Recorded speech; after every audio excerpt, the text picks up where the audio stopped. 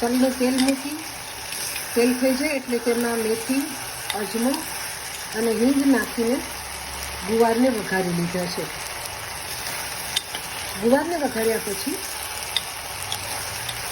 ગેસનો તાપ ફાસ્ટ રાખીને 2 મિનિટ સુધી તેને તેલમાં જ મિક્સ કરતા રહો. ફક્ત તેલમાં, મસાલા પછી કરવાનો છે.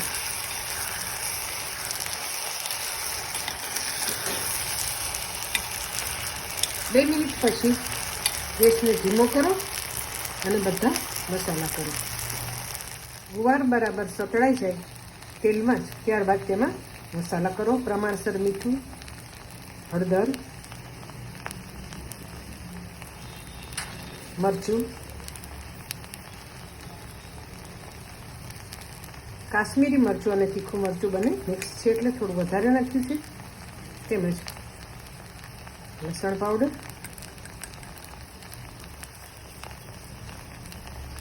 ધાણા જીરું પાવડર,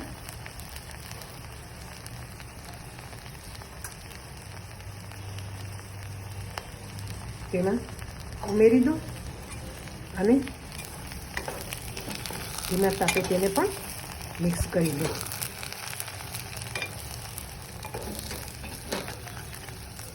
બધા મસાલા મિક્સ થઈ જાય ત્યારબાદ તેમાં થોડું પાણી, આશરે 1 ચમચા જેટલું, આપણે જે આ હલાવવા માટે ચમચો લીધેલો છે તેટલું જ પાણી તેમાં ઉમેરો. તેનાથી મસાલા થોડા પલળશે અને ગુવાર સાથે વધારે મિક્સ થશે. થોડી વાર સુધી તેને સાતળો. થોડું પાણી નાખીને ખુલ્લું ચડવા દો. પાણી થોડું ખદખદવા લાગે ગુવાર સાથે એટલે તેમાં સિંગ ભુજિયાનો અધકચરો કરેલો ભૂકો નાખો અને તેને ગુવારના શાક સાથે મિક્સ કરી લો અને સરસ મિક્સ કરતા જ રહો થોડી વાર સુધી.